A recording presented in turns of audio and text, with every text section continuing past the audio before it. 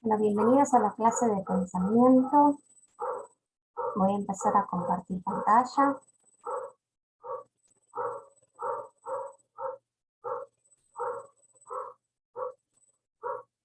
Bien. La clase de hoy vamos a hablar sobre el pensamiento. Me gustaría que pensemos juntos, valga la redundancia, acerca del pensamiento. Si yo les digo la palabra manzana, pero no les muestro la imagen, ¿creen que a todos les aparecería la misma imagen? ¿Pensarían todos en la misma manzana, roja, chiquita, con la hojita? Tal vez sí, tal vez no. Inclusive, si yo les digo la palabra manzana, pero ustedes no saben lo que es porque nunca vieron una, o son de otro país, y yo les digo la palabra manzana, no van a saber de qué estoy hablando. ¿Por qué les digo esto? ¿Por qué les hago pensar esto? Vamos a la definición de cognición. La definición de cognición humana dice que la cognición humana posee la aptitud para procesar información a partir de fenómenos en el entorno. Si yo percibo en el entorno, veo una manzana, bueno, voy a conocer cómo es, voy a investigar. De la experiencia previa adquirida, ahora, viene el papel de la experiencia. Si yo tengo la idea, o si alguna vez me mostraron que es una manzana, yo voy a entender y conocer y saber que eso que veo, supongan, pegado en el pasto, es una manzana. Pero si yo nunca vi una, me va a llamar la atención y no voy a saber qué es. Y de rasgos subjetivos, o sea, diferencias individuales en la memoria. Y ahí es donde yo les digo que quizás muchos de ustedes no van a tener la misma idea o no se van a imaginar la misma manzana. Bien, el pensamiento ocupa un lugar destacado dentro de la cognición humana y es definido como la transformación sistemática de representaciones mentales que permite caracterizar estados del mundo a fin de lograr ciertos objetivos.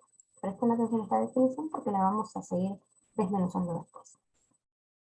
En psicología cognitiva, cuando hablamos de pensamientos, nos podemos referir a un amplio espectro de fenómenos que cubre las creencias, los juicios, el razonamiento, la planificación, la toma de decisiones y la solución de problemas. Pensemos un poco cómo sería nuestra vida sin la capacidad de pensar, sin la capacidad de poder razonar, de usar el pensamiento. Bien, volvamos a leer la definición que nos ofrece el texto. El pensamiento como la transformación sistemática de representaciones mentales de conocimiento para caracterizar estados del mundo. Fíjense que hablamos de representaciones mentales. Para caracterizar estados del mundo reales o posibles, frecuentemente al servicio de alcanzar metas. Bien, de esta definición se desprende que el pensamiento trabaja sobre representaciones y construye nuevas representaciones. Nosotros podemos construir nuevas representaciones a partir de la imagen de la manzana. Nuevas representaciones, nuevas ideas. Podemos imaginarnos una manzana podrida, podemos imaginarnos la mitad de la manzana, un cuarto de la manzana. Podemos construir nuevos conocimientos. De eso se trata la capacidad de razonar y de pensar, de poder construir nuevos conocimientos, nuevas maneras de desarrollar ese conocimiento, con el objetivo de ¿qué? De poder adaptarnos al mundo en el que vivimos. Y hablando de adaptación, el pensamiento tiene una función adaptativa que implica poder lograr objetivos y afianzar nuestra identidad, como yo les decía recién. ¿Qué pasaría si dejamos de pensar, si perdemos esa capacidad de poder pensar, de razonar? ¿Cómo sería nuestra vida? Dentro del estudio del razonamiento tenemos dos formas: el razonamiento deductivo y el razonamiento inductivo. Vamos a ir viéndolo despacio para que lo podamos entender. ¿Sí? Bien. El razonamiento deductivo es un tipo de razonamiento analítico, esto es, que los sujetos extraen conclusiones necesarias de unas premisas que son asumidas como verdaderas. A ver, para hablar del pensamiento deductivo nos vamos a tener que hablar también de cuestiones de lógica, porque los seres humanos empezaron a pensar cómo es que el hombre razona, de qué forma el hombre llega a determinadas conclusiones. Bueno, y una de las formas es a través de el pensamiento deductivo, que implica el silogismo categórico, la inferencia transitiva y el razonamiento condicional, que los vamos a ir viendo. Pero si ustedes en algún momento vieron la materia de lógica, por ahí les suena algunos conceptos que vamos a ir viendo. Bien, el pensamiento deductivo tiene tres componentes: dos premisas y una conclusión. Las premisas son proposiciones, son afirmaciones sobre algo, y como tales, estas premisas pueden ser verdaderas o pueden ser falsas. Como por ejemplo, todos los perros son blancos. Tony es perro, Tony es blanco. Esa es una proposición. ¿Sí? Fíjense que el pensamiento deductivo tiene carácter de que necesariamente la conclusión se desprende de las premisas, de la información que contienen las premisas. Bien, ahora, los seres humanos se siguieron preguntando en qué medida las conclusiones que un sujeto extrae al razonar deductivamente se desprenden de manera necesaria de la información que contienen las premisas. ¿Cómo es que se deduce necesariamente de la información que contienen las premisas? Porque si la información que contienen las premisas pueden ser verdaderas o pueden ser falsas, la conclusión, ¿qué pasa con la conclusión? Bien, para eso hablamos de que el pensamiento deductivo tiene una debilidad, que podemos obtener una conclusión lógicamente válida dentro de la estructura de la lógica. Podemos tener una estructura bien construida donde las premisas sean verdaderas y la conclusión sea verdadera, pero las premisas también pueden ser falsas. Como por ejemplo, una premisa que dice: todos los perros son blancos, Tony es perro, Tony es blanco. Ahora, ¿todos los perros son blancos? Si uno lo piensa de manera natural, el día de mañana sale a la calle y ve que un perro no es blanco, bueno, se le cayó la premisa. Bien, para pensar sobre el pensamiento deductivo, valga la redundancia, y sobre cómo se razona de esta manera, los investigadores empezaron a observar y tomaron ejemplos, como yo decía antes, de la lógica. ¿Sí? Por un lado tenemos el silogismo categórico, la inferencia transitiva y el razonamiento condicional. Vamos a ir viéndolos de a uno, no se vuelvan locos. Bien. Silogismo categórico. ¿Qué es un silogismo? Una expresión lógica calificada en donde tenemos dos premisas y una conclusión. Cada premisa tiene dos cualidades: un modo y una cantidad. El modo puede ser afirmativo o negativo, y la cantidad puede ser universal o particular. Es un tipo de razonamiento analítico. ¿Por qué? Porque tenemos que analizar las premisas y la conclusión, a ver si la forma en la que están construidas, hacer tablas de verdad. Tenemos un ejemplo. Todos los hombres son mortales. Este ejemplo está en el texto. Todos los hombres son mortales. Sócrates es hombre. Sócrates es mortal. ¿Sí? Como para que ustedes vean, las dos primeras oraciones son las premisas y la última sería la conclusión. Bien, la inferencia transitiva o el silogismo lineal. Dice el texto que interviene en el razonamiento sobre las relaciones. Como para que pensemos un poquito, si bien yo le puse otro ejemplo acá, la inferencia transitiva también la podemos ver más fácilmente cuando nosotros estamos enseñándole a un niño y le decimos que ordene de mayor a menor unos palitos, suponemos. Le damos un grupo de palitos y el niño lo tiene que ordenar de mayor a menor.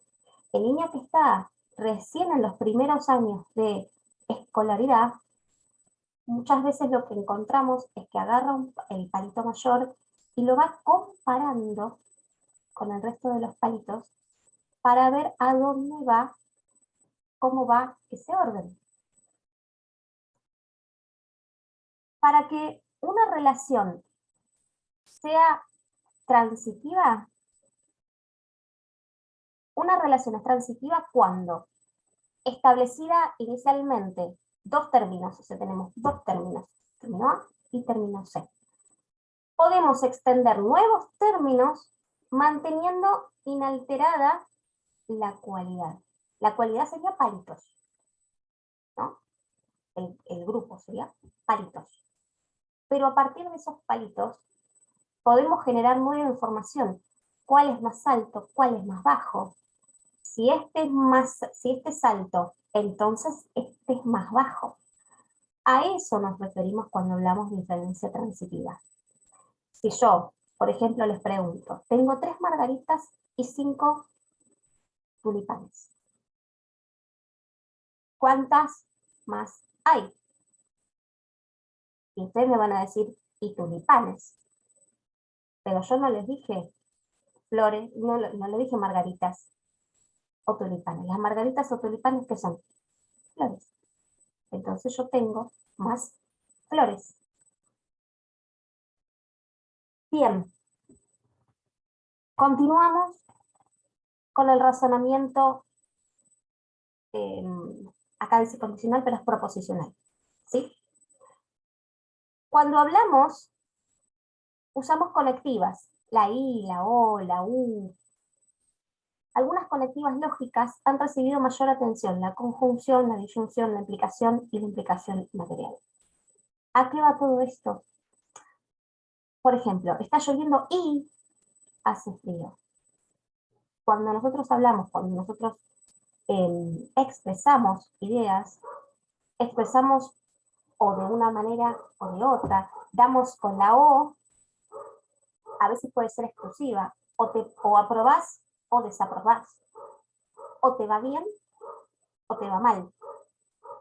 Quizás me adelanto un poquito, pero me van a decir, pero Marta, ¿a qué refiere todo esto? Cuando veamos los tipos de distorsiones cognitivas, van a entender por qué les hablo de esto. Hay un tipo de distorsión cognitiva que se llama pensamiento todo o nada. Que son extremistas. Tienen esas personas que son extremistas. Que o me va re bien o me va re mal. Bueno, ese o es una exclusividad. O pasa una cosa o pasa la otra. Y no pueden pensar que muchas veces hay cuestiones más intermedias. Bien, sigamos. Pensamiento inductivo. En el pensamiento inductivo, la relación ya no es necesaria, es una relación probable. Ahora, Si es una relación probable, pensemos, si es una relación probable, uno de los problemas es en la predicción de eventos futuros. Y que podamos establecer una relación de causalidad. No, porque si, qué sé yo, si, ¿vieron esos días que tenemos? Días terribles. No, porque si la otra vez que yo salí de mi casa y hacía este mismo sol, casi me piso un camión. Entonces puede ser, mejor no salgo de mi casa porque puede ser que con este día de sol me piso un camión. Estoy diciendo ejemplos muy, muy básicos, pero para que nos empecemos a introducir qué es la inducción, es un pensamiento probable. ¿Qué pasaría si? Probablemente puede ser que. Bien. Ahora, para el estudio del razonamiento inductivo, para estimar la probabilidad de que un suceso ocurra, los investigadores usaron valga la redundancia, dos investigaciones, teorías. Uno es el teorema de Bayes, y otros son los heurísticos. Vamos de a poquito.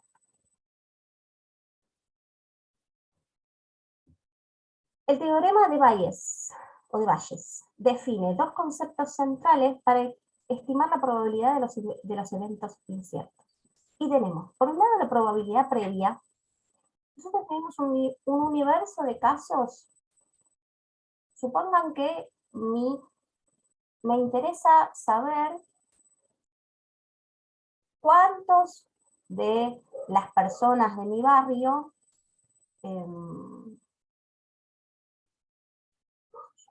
son de Boca, ¿no? Tengo un universo de casos en el que yo sé que puede ser, probablemente que sea esta cantidad, pero puede ser. Es un universo de casos, un poquitito, un pedacito. ¿Sí? Por otro lado tenemos la probabilidad condicionada. Es la probabilidad de que un suceso ocurra conociendo los sucesos que han ocurrido previamente. O sea, si yo, no, porque yo sé que si yo salgo a esta hora, con un día como el de hoy, que está divino, está hermoso, seguramente algo malo me va a pasar. Si bien pareciera que es un pensamiento un poco obsesivo, tengo una experiencia previa que me induce a pensar probabilísticamente que un suceso pueda volver a pasar. En el texto ustedes van a tener un ejemplo que habla sobre los tsunamis, que cuanto más uno repite la información, los noticieros cuando hay un tsunami lo repiten y lo repiten y lo repiten y lo repiten y están con el tsunami, qué sé yo. Pero sin embargo, si uno va a las probabilidades, lo más probable, lo más frecuente que pase es que haya, por ejemplo, en el texto dice más accidentes de auto que tsunamis, porque para que haya un tsunami o un desastre natural, tiene que haber se tienen que sumar determinadas características. Es más probable que haya más accidentes automovilísticos que tsunamis. Bien, vamos a los programas de heurísticos y sesgos. Tenemos el heurístico de representatividad. Los sujetos evalúan la probabilidad de un evento en función de su parecido con un estereotipo dado. No sé si les suena esto. Vamos de vuelta. Los sujetos evalúan la probabilidad de un evento, que un evento sea probablemente que suceda, en función de su parecido con un estereotipo dado. Si yo voy por la calle, ¿no? Y de repente me roban, y la persona que me roba tiene una gorrita blanca, es flaquito y es alto, es probable que si yo me cruce con otra persona de las mismas características, y es probable que mi mente piense que me va a robar. Algo parecido a esto es el heurístico de representatividad. El heurístico de disponibilidad. La estimación de la probabilidad de un evento se realiza sobre la facilidad con la que ejemplos de ese resultado acuden a nuestra mente. La estimación de la probabilidad de un evento se realiza sobre la facilidad con la que ejemplos de ese resultado acuden a nuestra mente. Es la típica cuando no, porque a alguien le pasa algo y escuchamos un montón de gente, no, porque a fulanita, menganita, chuchuchita, le empiezan a pasar cosas y empezamos a pensar, bueno, pero es probable, no porque mi tía, no porque mi abuela, no porque... Hay un ejemplo interesante que lo extraí del libro, del texto. Dice, Steve es muy tímido y retraído, es siempre servicial, pero poco interesado por la gente y el mundo real. De carácter disciplinado y metódico, necesita ordenarlo y organizarlo todo y tiene obsesión por el detalle. Y te hace una pregunta. ¿Es más probable que Steve, sea vendedor o sea bibliotecario? Si ustedes leen la descripción y por la descripción me van a decir, y la verdad es que hay más, por la idea que nosotros tenemos habitualmente de lo que es un vendedor y lo que es un bibliotecario, y podríamos decir que hay un 80% de probabilidad de que sea bibliotecario, sí, pero hay un 20% de que sea vendedor. ¿De qué depende? Y de las experiencias previas, y de las ideas que tengamos acerca de algo. Fíjense cómo se define, como retraído, tímido. Entonces, ¿a qué heurístico pertenecería? ¿Al de disponibilidad o de representatividad? Lo dejo para que lo piensen. Bien. Y como dije antes, ¿a qué va todo este choclo que venimos viendo y venimos pensando? ¿Cuál es la importancia para la psicología de estos dos tipos de pensamiento? Y nos encontramos, gracias a la psicología cognitiva, con los pensamientos automáticos, las creencias y las distorsiones cognitivas. Una creencia son premisas o fórmulas que se van a ir construyendo desde la infancia y a través de ellas las transformamos en cogniciones. Son cogniciones de lo que percibimos. Por ejemplo, tenemos una experiencia infantil, supónganse. Están un niño de 2, 3 años, 4, que está cocinando con ustedes, y de repente la mezcla de la torta se le cae y hace un desastre en la cocina. Y quizás un papá o una mamá o el adulto con el que esté, le dice, ves que no servís para nada. Ese tipo de ideas generan una creencia en el niño, cuando va avanzando en el tiempo, de que todo pasa por culpa suya. Bien, estas creencias están presentes en los pensamientos distorsionados. No es lo mismo un pensamiento distorsionado que una creencia, ¿sí? A partir de estos, damos sentido positivo o negativo a las experiencias, considerándolas como verdaderas. Supónganse que este niño, vamos de vuelta con este niño, ¿no? Con el ejemplo. Este niño que piensa que no sirve para nada, probablemente, quizás de adulto, pueda pensar o aspirar a un empleo bajo, a no escalar. ¿Por qué? Porque tiene la creencia de que no sirve para nada y de que todo lo que le pasa es culpa suya, nadie me quiere, porque yo soy así, porque no sirvo para nada, porque no sé hacer nada, porque soy un inútil. Cuando uno trabaja en terapia con este tipo de pacientes, a lo que vamos los psicólogos cognitivos es a estas creencias. Porque estas creencias configuran sus cogniciones, configuran su manera de ver el mundo. Las creencias y los valores son construcciones subjetivas para la terapia cognitiva. El problema está en cómo el individuo lo interpreta y no en el problema en sí mismo. Para la terapia cognitiva, el problema está en cómo los individuos interpretan las situaciones que viven y no en el problema en sí. Vamos a las cogniciones, a las creencias que tienen los sujetos. ¿Sí? Básicamente podemos encontrar dos tipos de creencias, ¿no? Las racionales y las irracionales, según Albert Ellis. ¿Sí? Albert Ellis es un psicólogo que trabajó también con Beck. Ya lo van, ya lo vieron. Las creencias racionales son lógicas y consistentes con la realidad.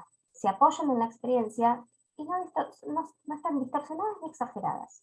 Son relativas, se expresan por medio de deseos y preferencias. Quisiera que la profe deje de hablar. Me gustaría estar en Cancún. No me gustaría, prefiero que la profe hable de otro tema. Prefiero que la clase sea presencial. Las creencias producen emociones moderadas y son más fáciles de elaborar. Me gustaría, tienen que ver con deseos, me gustaría estar charlando con ustedes, cara a cara, viéndoles las caras. Suelen ayudar y motivar a conseguir metas y objetivos. Me gustaría ser psicólogo. Bueno, esa es una creencia funcional, porque para yo ser psicólogo necesito estudiar. Ahora vamos a las irracionales. Son lógicas y no consistentes con la realidad. No se apoyan en la experiencia, son distorsionadas y exageradas. No sirven para nada. Nunca nadie me va a querer. Son inflexibles, expresadas como exigencias o necesidades muy urgentes. Tengo que aprobar el recuperatorio, si no voy a ser mal psicólogo. Debería, pónganle el ejemplo que quieran, pero tiene este carácter de exigente. Producen emociones intensas, que son inadecuadas, de las que se suele escapar compulsiva e impulsivamente, diría yo. Estas creencias obviamente no nos van a servir, no nos van a ser funcionales para conseguir nuestras metas y nuestros objetivos. Si yo creo que debo ser más inteligente, nunca voy a estar conforme con lo que sé. Debo ser más inteligente, debo estudiar más. Pero pará, te sacaste un 8 o 9 en el parcial. Debo estudiar más.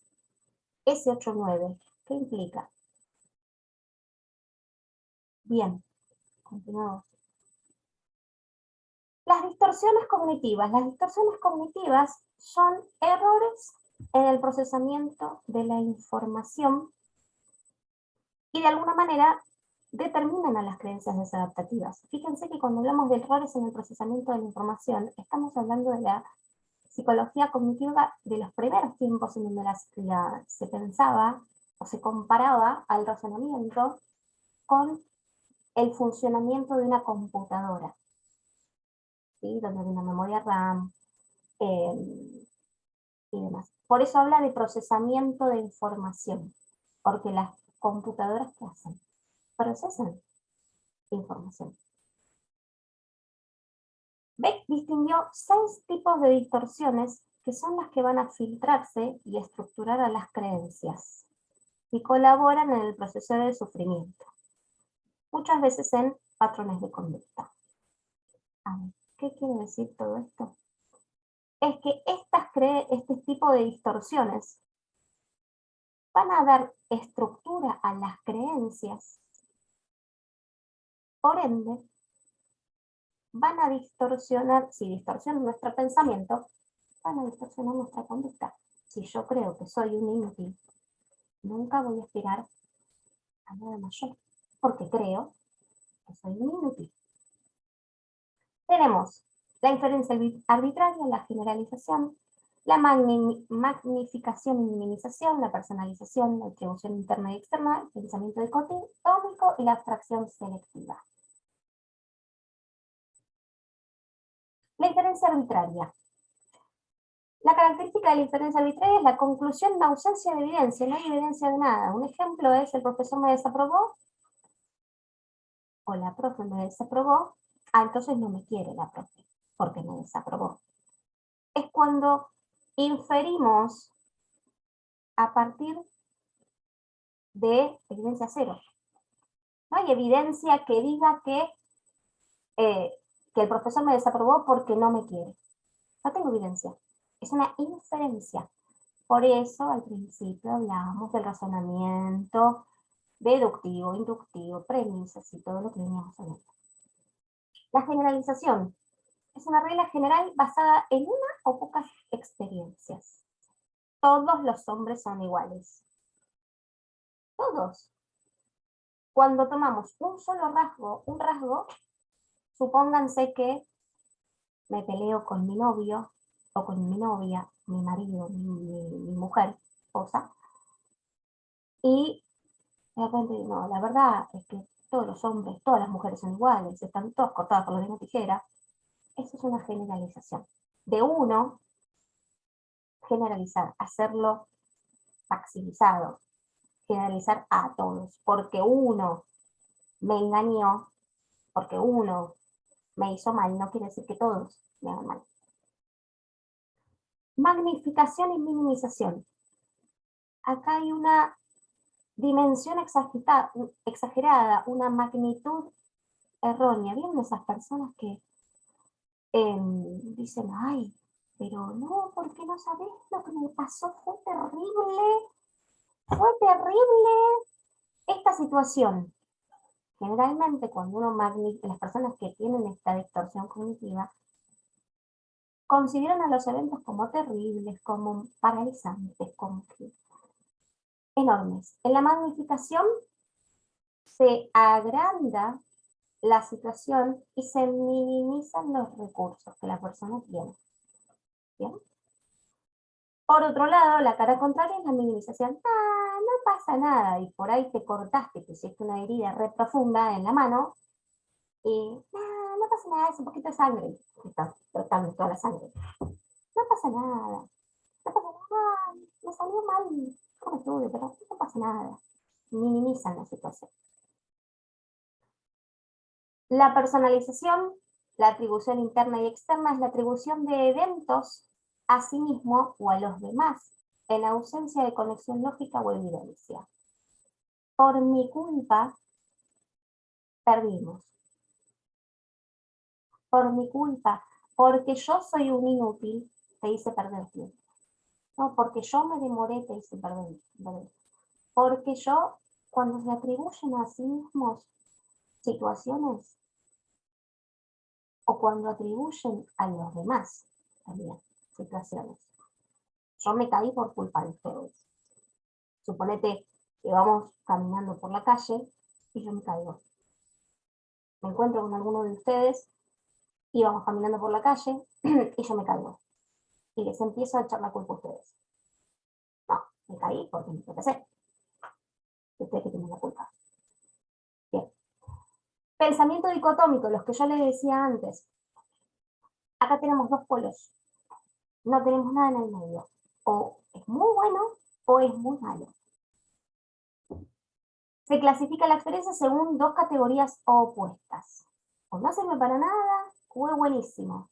O es malísimo, o es buenísimo. O es no sirve para nada, o es el mejor estudiante, el mejor, ¿sí? Siempre son dos polos absolutamente opuestos. La abstracción selectiva se centra en un detalle extraído fuera de contexto, ignorando las características más relevantes de la situación. Por ese detalle califica toda una situación. Por ejemplo, en las personas con depresión, una paciente que le dice, bueno, pero anda de cumpleaños de tu amiga, aunque estés mal. Anda, comete esta torta y ya está. Bueno, sesión siguiente, le pregunto cómo le fue. Me fue horrible. ¿Te fue horrible por qué? No, porque estaba en el cumpleaños y se me cayó un poquito de torta en el vestido. Ah, bueno, pero ¿qué más? No, porque me saludó fulano, me saludó mengano, me sacó a bailar sultano. Pero para ella le fue terrible, abstrajo ese momento del vestido y no vio lo demás. No vio que fulano le sacó a bailar, que estuvo riéndose, que le hablaron. Bueno, es enfocarse solamente en un suceso y extraer todo solamente ese suceso y en base a ese suceso generalizar. Bien. Bueno, acá era lo que yo les estaba pensando, lo que yo les estaba diciendo antes. Situación, pensemos un poco. Llega tarde a una cita con sus amigos y se fueron. La persona puede tener una distorsión, que se fueron porque seguramente las hago sentir mal. ¿Qué está haciendo acá? Personalizando. ¿Qué hace el sujeto? Se encierra en su casa y evita los contactos sociales.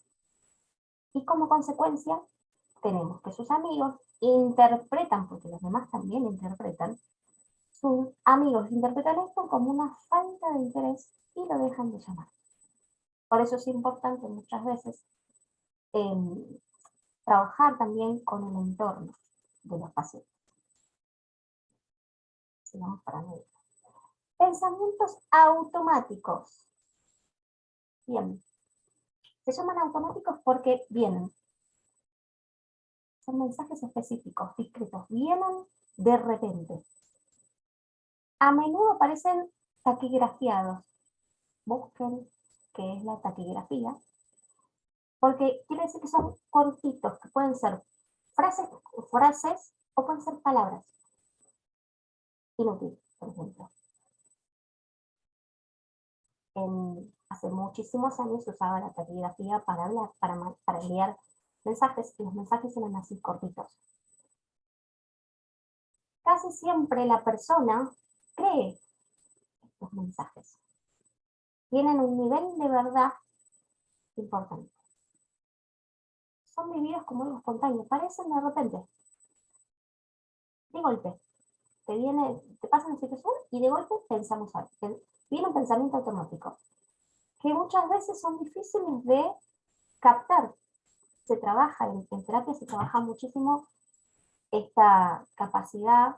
Lo primero que le enseñamos al paciente es que pueda reconocer los pensamientos y los sentimientos que le ocurren frente a distintas circunstancias. A menudo se pueden expresar con habría que, tendría que, debería haber, con las tareas. Tienden a ser dramáticos, son relativamente idiosincráticos, o sea, depende mucho de la persona, de la vivencia de la persona. Son difíciles de desviar, qué sé yo, estás hablando con el chico o con la chica que te gusta y de repente empezás a tartamudear. Y dices, uy, qué tarado, qué tarado, qué tarado, qué tarado, qué tarado. Bueno, y no dejas de pensar en eso. Qué tarado, qué tarado. Uy, me puse colorado. Y son aprendidos, tiene que ver con nuestro aprendizaje, nuestra historia de vida. Bien. Visión de túnel. En el texto hay un texto que me resultó muy gracioso, que dice cómo generar esta visión de túnel. Esto pasa mucho en las patologías ansiosas, depresivas.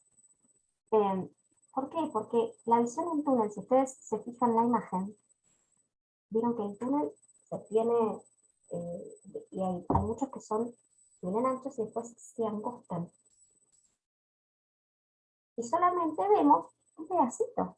Si ustedes se fijan en la imagen, se ve a lo lejos unos autos. Y vemos eso nada más. No vemos el contexto, no podemos ver lo que hay a nuestro alrededor. Solamente nos centramos, por eso es visión en túnel, porque nos centramos solamente en una cosa. ¿Cómo hacemos para generar esta visión de túnel que tanto malestar trae? No dar importancia a los pensamientos automáticos. Si nosotros no aprendemos a detectar los pensamientos automáticos que se generan eh, en, las en las distintas circunstancias que vamos viendo, y somos candidatos a generar una visión de túnel. Mantener la atención en el peligro. Generalmente catastrofizamos. No, me va a robar, me va a robar, me va a robar.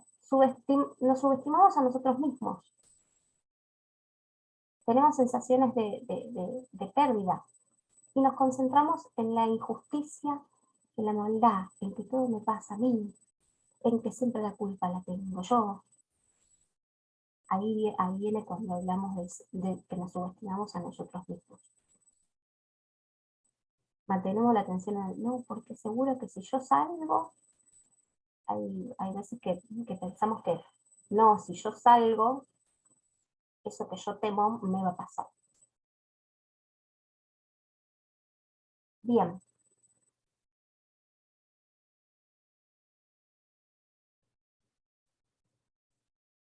Distorsiones cognitivas. Tenemos 15, ¿sí? Las presento acá y ahora me gustaría que veamos un video en donde vamos a, nos explica esto de los pensamientos distorsionados.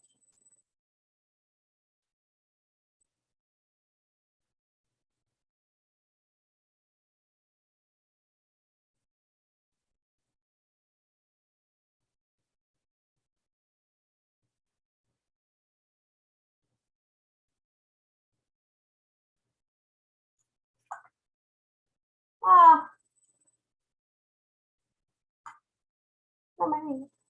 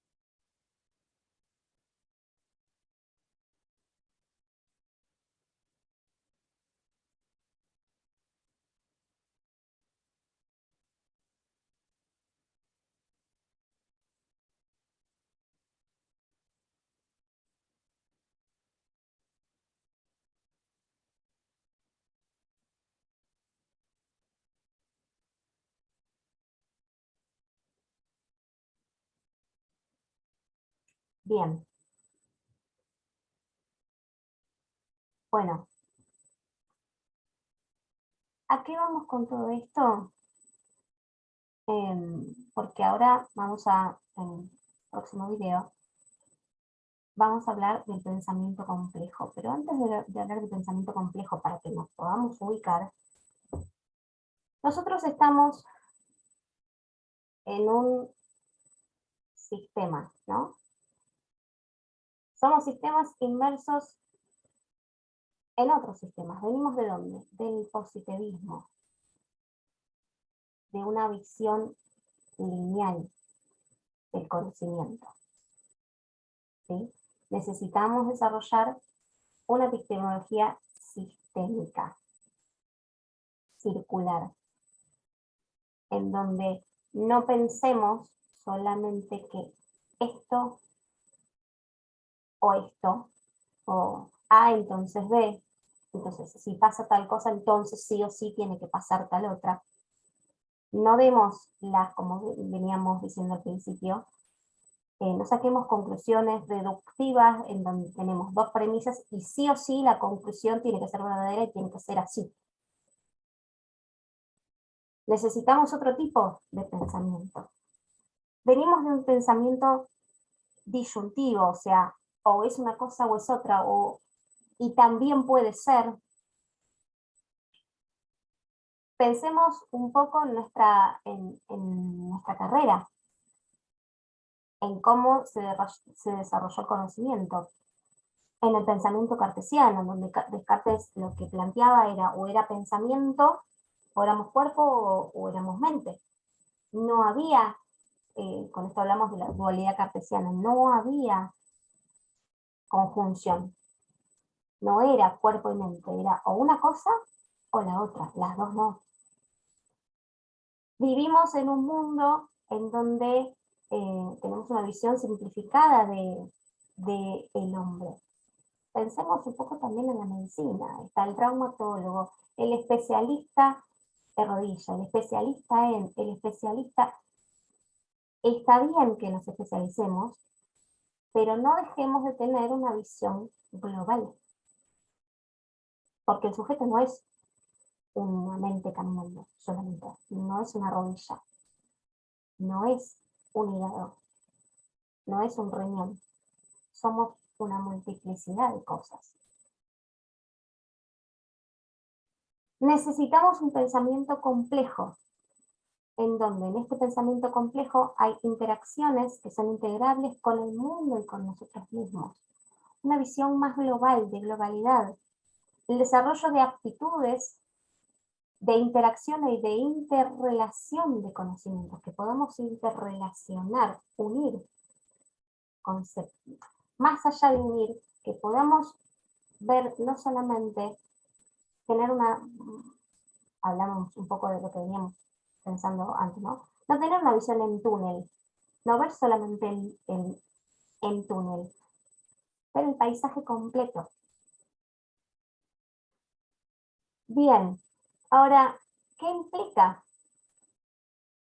Implica reformar en principio, todo el sistema educativo.